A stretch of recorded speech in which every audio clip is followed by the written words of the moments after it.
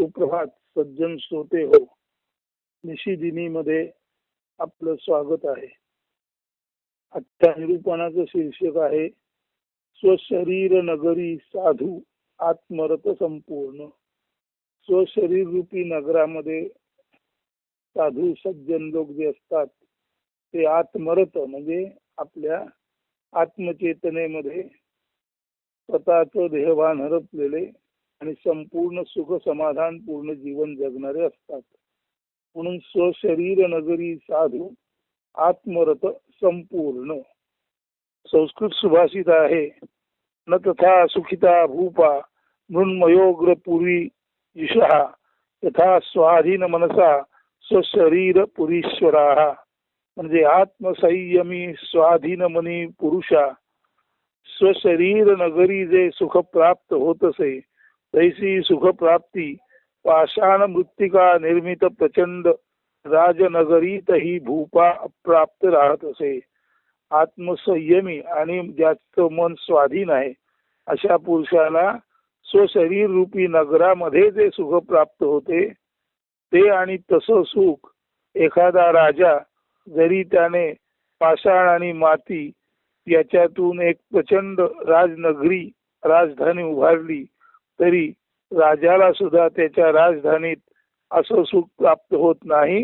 जे आत्मसंयमी आणि ज्याच्या मन स्वाधीन आहे अशा पुरुषाला स्वशरीर रूपी नगरात म्हणजे स्वशरीर हेच जणू काही नगर आहे आणि या स्वशरीर नगरात जे साधू संताला सुख प्राप्त होतं तशी सुखप्राप्ती दगड पाषाण माती यांचा वापर करून एखाद्याने प्रचंड राजनगरी उभारली तरी अशा राजाला सुद्धा जर तो आत्मसंयमी नसेल त्याचे मन त्याच्या स्वाधीन नसेल तर अजिबात सुखप्राप्ती होत नाही. म्हणून आत्मसंयमी स्वाधीन मनी पुरुषा स्वशरीर नगरी जे सुख प्राप्त होत असे तैसी सुखप्राप्ती पाषाण मृत्तिका निर्मित प्रचंड राजनगरीतही भूपा अप्राप्त राहत असे. भूप म्हणजे राजा, म्हणजे राजाला आपल्या फार मोठ्या प्रचंड दगड माती विटा यांनी बांधलेल्या राजनगरीमध्ये सुद्धा राजधानीमध्ये सुद्धा राजाला ते सुख प्राप्त होऊ शकत नाही. जे सुख आत्मसंयमी ज्याचं मन स्वतःच्या स्वाधीन आहे अशा माणसाला जे सुख स्वाधीन मनी आत्मसंयमी माणसाला आपल्या शरीरातून प्राप्त होते तसे सुख एखाद्या राजाला सुद्धा जर त्याच्या मनावर ताबा नसेल तर त्याने बांधलेल्या प्रचंड दगडविटांच्या राजधानीतून सुद्धा मिळू शकत नाही. आत्मज्ञानी आत्मसंयमी पुरुषाचे मन त्याच्या स्वाधीन असते.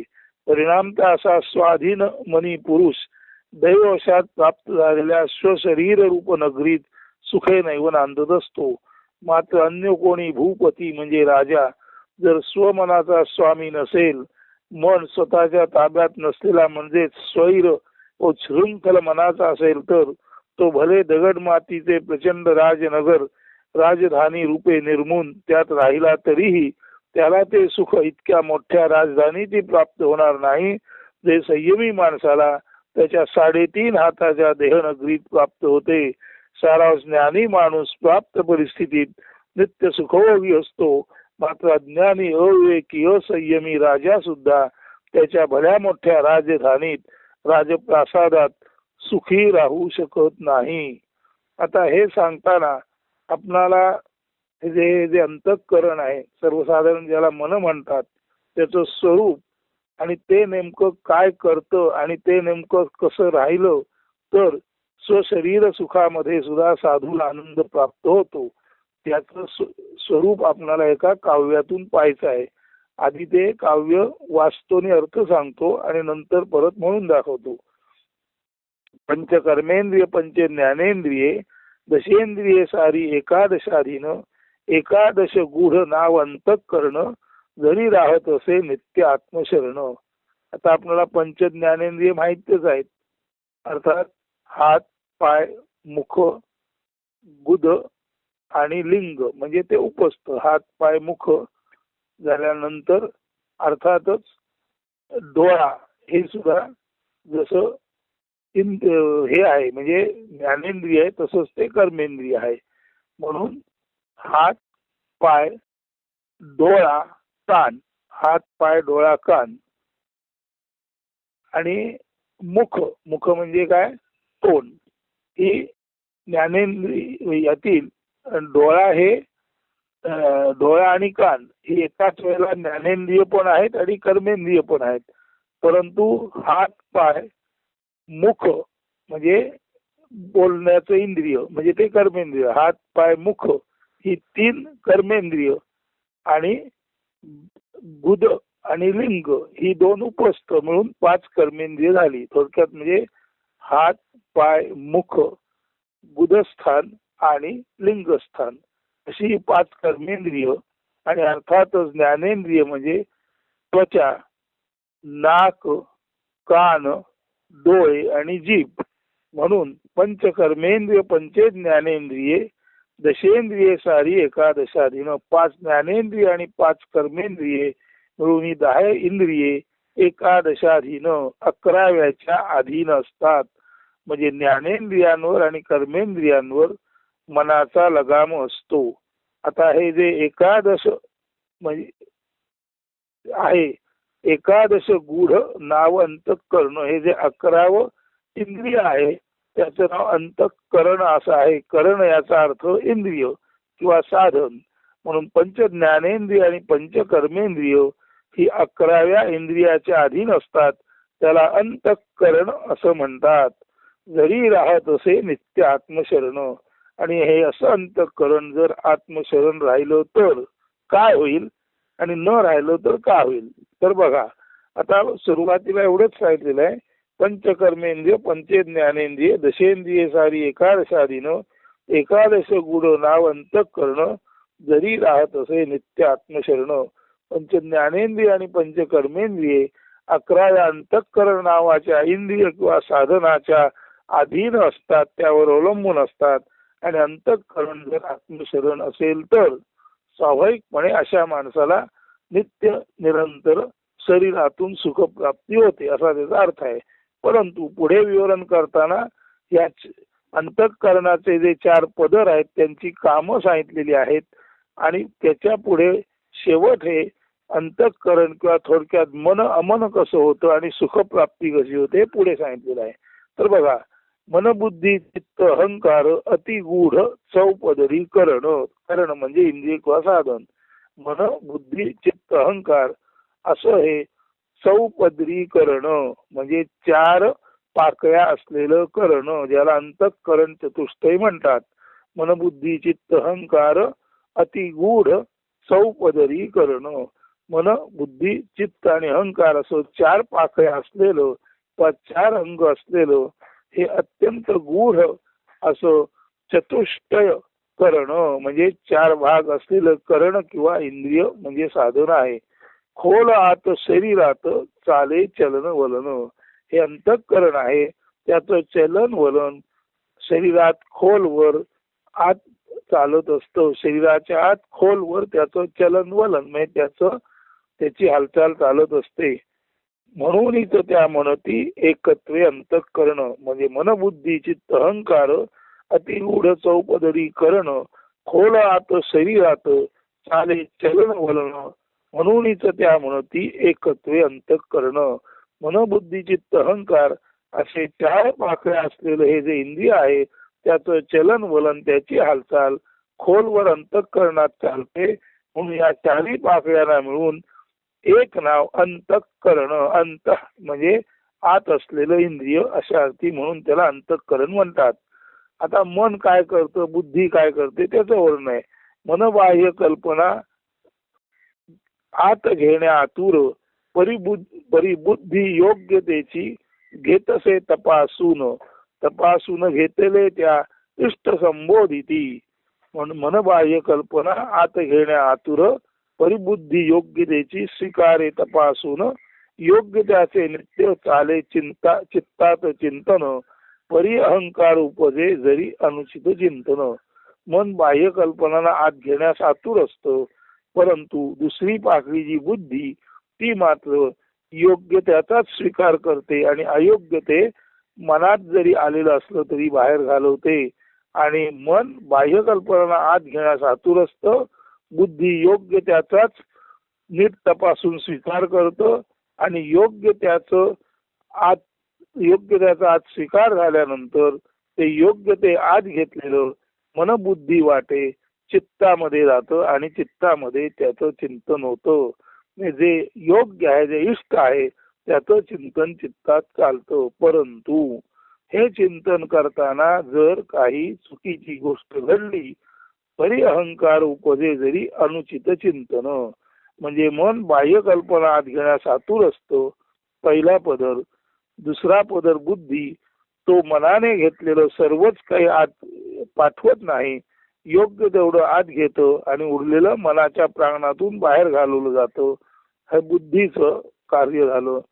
तिसरा पदर चित्त, बुद्धीने जे आत घेतलं तपासून त्याचं सतत चिंतन करणं हे चित्तामध्ये चालतं. परंतु हे चित्तात चिंतन चालू असता असता कधी कधी हे जे अंतःकरण आहे त्याच्यामध्ये एक तऱ्हेच्या अहंकाराचं वादळ निर्माण होतं आणि अंतःकरणात चित्तात इष्टाचं चिंतन चालू असता असता उगीच एक मीचा भाव उमटतो आणि माझ्या अंतःकरणात जे जे काही चालू आहे ते सर्वार्थाने इष्ट आहे, ते योग्य आहे, सबब मी योग्य आहे, मी इष्ट आहे, असा एक अहंकार निर्माण होतो. म्हणून मनाने जरी सर्व कल्पना आत घ्यायचं म्हटलं तरी बुद्धी त्या सर्व कल्पना आत घेत नाहीत. त्यातील योग्य तेवढ्या तपासूनच त्या शरीराच्या आत घेतल्या जातात. मनातून बुद्धीत आलेल्या कल्पना तिथून चित्तामध्ये जातात आणि त्या इष्ट योग्य कल्पना ज्या सर्वथैव चिंतन करण्यास, ज्या चिंतन करून अंमलात आणण्यास किंवा व्यवहारात त्याचा वापर करण्यास योग्य असं मनाचं जे योग्य ते बुद्धी स्वीकारते. बुद्धीने जे आत घेतलं त्याचं चित्तामध्ये चिंतन चालतं.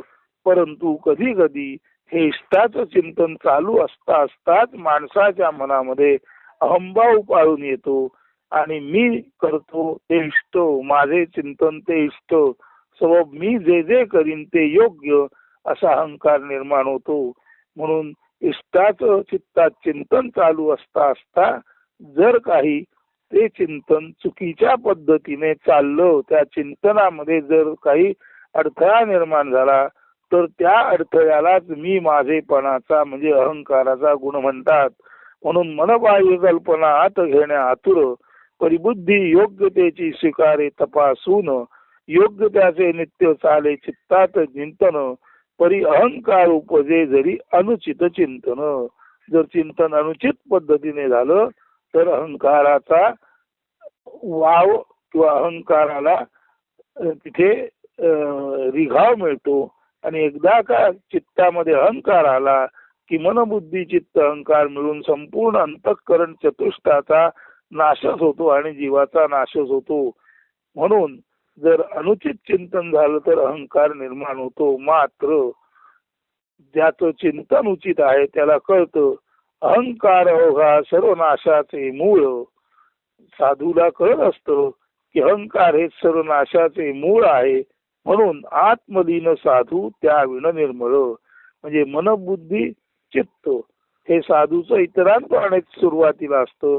सुरुवातीला साधूचं मन सुद्धा अनेक गोष्टी आत घ्यायला आतुर असतं, परंतु त्याची जी बुद्धी असते ती सरसत विवेक बुद्धी असल्या कारणाने त्यातील योग्य तेवढं आत घ्यायचं, उरलेलं नाकारायचं आणि नंतर जे स्वीकारलं त्याचं चित्तात चिंतन करायचं. हे साधूचं आणि तुमचं आमचं तसंच असतं. पण तू साधूचं पुढे पुढे काय होतं, त्याची सदसत विवेक बुद्धी तत्क्षणी काय घ्यायचं काय नाही ठरवते आणि तीच सदसत विवेक बुद्धी चित्तामध्ये इष्ट म्हणून घेतलेल्याचं चिंतन करता करता त्याला आता दीर्घकाळाच्या तपस्येने सदसत विवेक बुद्धी निर्माण झालेली असल्यामुळे त्याच्यामध्ये अहंकार निर्माण होत नाही. उलट पक्षी अहंकार हे सर्व नाशाचं मूळ आहे हे आत्मलीन साधू नेहमीच जाणतो. अहंकार ओघा सर्व नाशाचे मूळ, आत्मलीन साधू त्या विण निर्मळ. म्हणून आत्मलीन साधू अहंकारा विना निर्मळ असतो. मी माझे विण जे चालत असे चिंतन, मी माझे विण मी माझे रहित असं जे चित्तामध्ये चिंतन चालतो तेची जाणा भगवत आत्मरामाचे निधान. मी माझेपणाशिवाय चित्तामध्ये जर इष्टाचं चिंतन चालू असेल तर असं चिंतन म्हणजे भगवत आत्मरामाचे आत्माराम रूपी भगवंताचे ते निधान आहे. आत्माराम रूपी भगवंताचे ते वैभव आहे असं समजावं. आत्म्याचे निधान आत्म्याचे विधान आणि आत्म्याचं वैभव हेच आत्म्याचं विधान असतं म्हणजे बोलणं असतं. म्हणजे आत्मा जसा वैभव संपन्न आहे तसा आत्म्याचं वैभव मिळालेला आत्मज्ञानी सुद्धा त्याचं विधान सुद्धा त्याचं बोलणं सुद्धा खऱ्या खुऱ्या अर्थाने संपन्न सर्व हितकारक असते. आत्म्याचे निधान आत्म्याचे विधान. आत्म्याची संपत्ती म्हणजे आत्मतेज ब्रह्मतेज आणि आत्म्याची संपत्ती आत्मतेज ब्रह्मतेज असल्यामुळे असा आत्मा ज्याचा जागृत झालेला आहे अशा माणसाचं विधान बोलणं सुद्धा देववाणी सारखंच असतं. म्हणून आत्म्याचे निधान आत्म्याचे विधान अवघे अंतःकरण आत्मचरणी लिहिणं.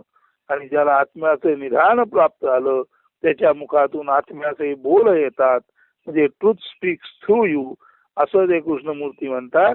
तर आत्म्याचं वैभव ज्याला प्राप्त झालं त्याच्या मुखातून आत्म्याचे बोल सत्याचे बोल बाहेर पडतात. अवघे अंतःकरण आत्मचरणी लिहिणं. कारण अशा माणसाचं संपूर्ण मनबुद्धी चित्त अहंकार हे अंतःकरण चतुष्टय केवळ आणि केवळ ब्रह्मचेतनेमध्ये लीन झालेलं असतं. आणि अशा वेळेला थोडक्यात यालाच म्हणतात मन अमन होई भोगी शांती सुख. आणि अशा साधूचं अंतःकरण किंवा एका शब्दात मन अमन होतं पण शांत होतं. मन अमन होई भोगी शांती सुख. अशा साधूचं मन अमन होतं शांती सुख भोगतं आणि स्वशरीर नगरी साधू आत्मरत संपूर्ण. आणि आपल्या स्वशरीर नगरामध्ये आत्म्यामध्ये रत झालेला साधू संपूर्ण म्हणजे एकमेवम द्वितीयम नास्ती एकमेव आत्मा म्हणूनच नांदत असतो. तर वर जे म्हटलेलं आहे आत्मज्ञानी आत्मसंयमी पुरुषाचे मन त्याच्या स्वाधीन असते. परिणामचा असा स्वाधीन मनी पुरुष दैववशात प्राप्त झालेल्या स्वशरीर रूपी नगरीत सुखे नैव नांदत असतो.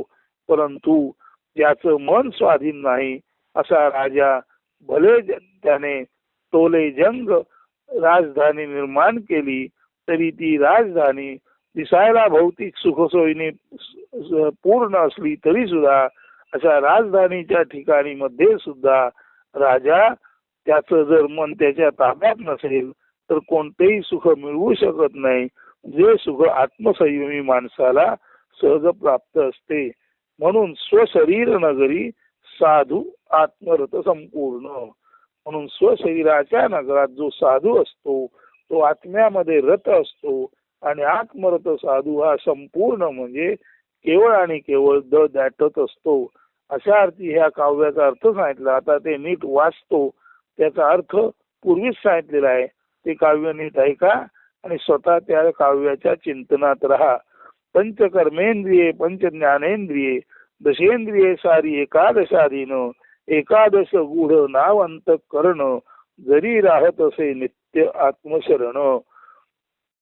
मनबुद्धी चित्त अहंकार अतिगूढ चौपदरी करण खोल आत शरीरात चाले चलन वलन म्हणूनच त्या म्हणती एकत्वे अंतःकरण. मनबाह्य कल्पना आत घेण्या आतुर परिबुद्धी योग्यतेची स्वीकारे तपासून योग्य त्याचे नित्य चाले चित्तात चिंतन परी अहंकार उपजे जरी अनुचित चिंतन.